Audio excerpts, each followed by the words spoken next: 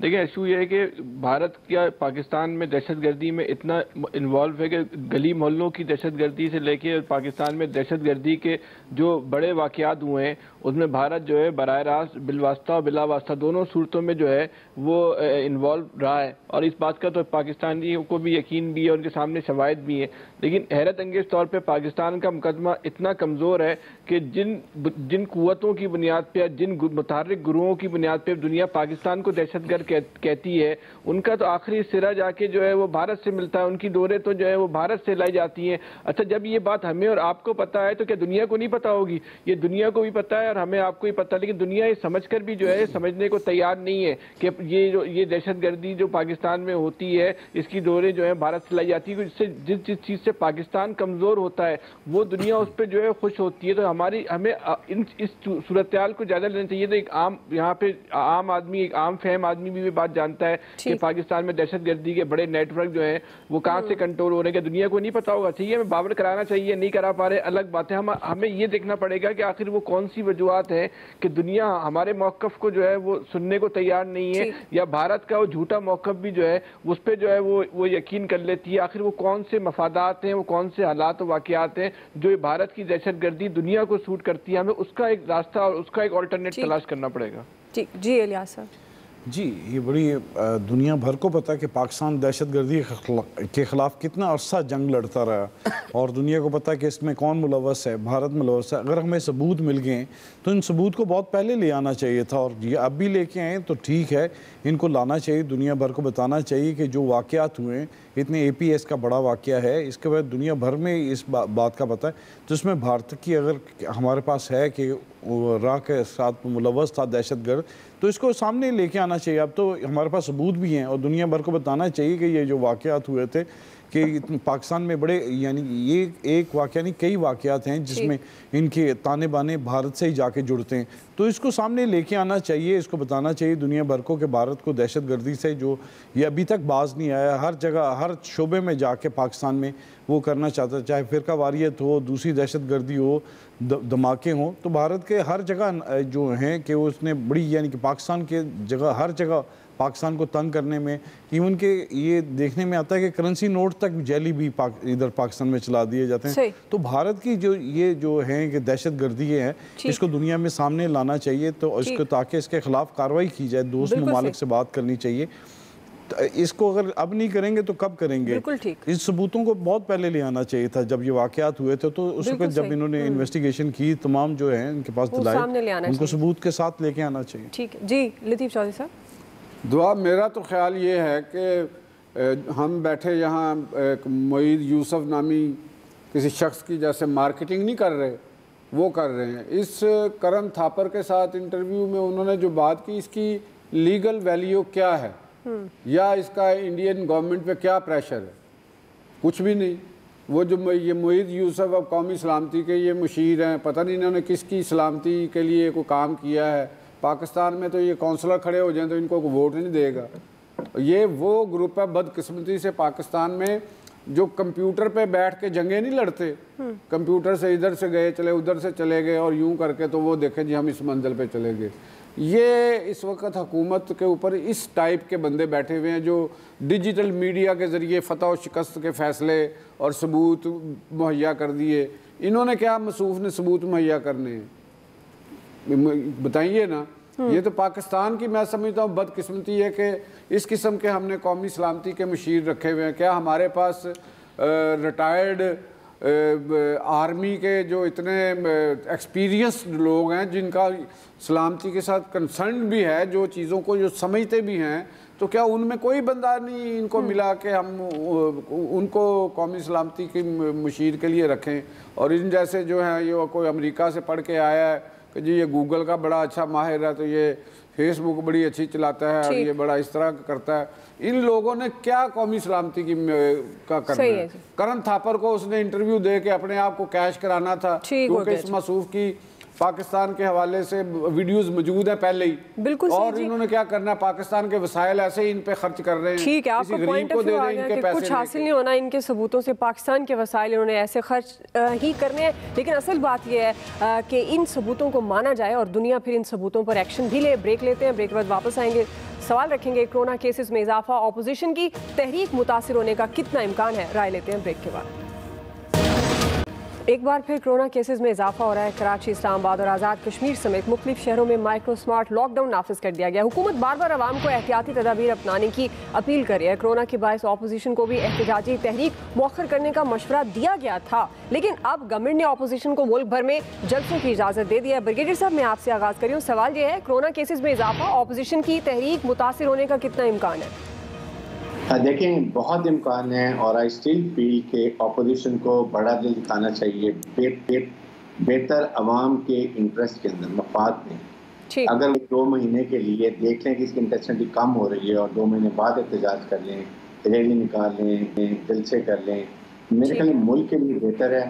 اور اس موقع پہ یہ پورے عوام کے ساتھ اپوزیشن کو مل کے کرونا کا ناکام کریں, اور اس کے بعد 1-2 مہینے کے بعد حالات ٹھیک ہونا دے سکتے ہیں. جی عامر صاحب. دیکھیں جی, یہ کس نے ماننی ہے بات سمارٹ لاک ڈاؤن؟ نہ پہلے مانی تھی, نہ اب مانیں گے, نہ حزب اختلاف نے ماننی ہے, نہ حکومت مانتی ہے. اب اس تحریک کے لیے 2.5 سال کے بعد خیال آیا, نہ گورنر ہاؤس بند ہوا, نہ پی ایم ہاؤس بند ہوا, شانہ اخراجات ڈھونڈے جا رہے ہیں. ان کہانیوں میں کسی نے نہیں آنا. لوگ جانتے ہیں کہ ان کی ہر چیز مہنگی ہو گئی ہے. وزیر اعظم نے فروری میں کہا تھا میں پکڑ کے لاؤں گا چینی کے ذخیرہ اندوزوں کو, گندم والوں کو. انہوں نے ریٹ ٹرپل کر دیے. یہ امپورٹ کر رہے ہیں, پہلے ایکسپورٹ کی تھی. کچھ نہیں ہونے کا یہاں پہ. فیصل صاحب, جب مکمل لاک ڈاؤن تھا, جب کوئی کسی کے نہیں سن رہا تھا, تو اسمارٹ لاک ڈاؤن میں کس نے سننی ہے؟ بعض حکومت بھی جو بات کر رہی ہے اس بنیادی طور پہ اس کو بھی ایک ڈرانا ہی ہے کہ اپوزیشن نہ نکلے, لیکن لاک ڈاؤن سے یا اسمارٹ لاک ڈاؤن سے یا کرونا سے جو ہے وہ اپوزیشن کی تحریک کا تعلق نہیں ہے, اپوزیشن کی نیت سے تعلق ہے اور پیچھے سے چلانے والوں کا تعلق ہے. بالکل صحیح. جی الیاس صاحب. جی, اس وقت جو ہے اب گورنمنٹ کو تو بتا رہی ہے کہ کرونا پھیل رہا, تو اپوزیشن کو دیکھنا چاہیے, کیونکہ دنیا بھر میں کرونا کی 2nd ویو آئی ہے, تو اس ویو کو دیکھنا چاہیے کہ پاکستان میں بھی آئی ہے, لوگ بیمار ہیں, کیسز میں اضافہ ہو رہا ہے. تو اس صورتحال کو دیکھ لیں, جہاں اپوزیشن اتنا صبر کیا ہے, تو دیکھ لیں گورنمنٹ کو تو موقع ملا, وہ تو ویسے ہی ڈرانا شروع کر دیا انہوں نے. ٹھیک ہے, تو مطلب ڈرا رہی ہے حکومت اپوزیشن کو. جی لطیف چودھری صاحب. میں تو اس میں یہی مشورہ دوں گا پی ٹی آئی والوں کو کہ وہ بھائی گھر میں بند رہیں, اپنے آپ کو بچائیں, اور ان کے لیے بڑا سنہری موقع ہے. اپوزیشن کو کرونا لگنے دیں, کوئی ٹینشن نہ لیں. یہ تحریک انہوں نے جیسے جلسہ کرنا ہے وہ کرنا ہی کرنا ہے. کون سا لاک ڈاؤن, کون سی دوسری لہر, ابھی الیاس کہہ رہے تھے دوسری لہر کو دیکھیں, انہوں نے دیکھ لی ہوگی کہیں چلتی پھرتی. تو یہ اس طرح چلنا ہے. مجبور گورنمنٹ پہ دباؤ بڑھا ہے تو انہوں نے اجازت دی ہے, ورنہ عمران خان صاحب اور ان کے وزراء کی زبانیں سنیں تو یہ اجازت دینے والی زبانیں تو نہیں ہیں ان کی, تو یہ مجبور ہو گئے ہیں. ٹھیک ہے جی. کرونا کیسز میں اضافہ, اپوزیشن کی تحریک متاثر ہونے کا کتنا امکان ہے, رائے آپ جان چکے ہیں. آج کے ایکسپرٹ سے اتنا ہی. خیال رکھیں. اللہ حافظ.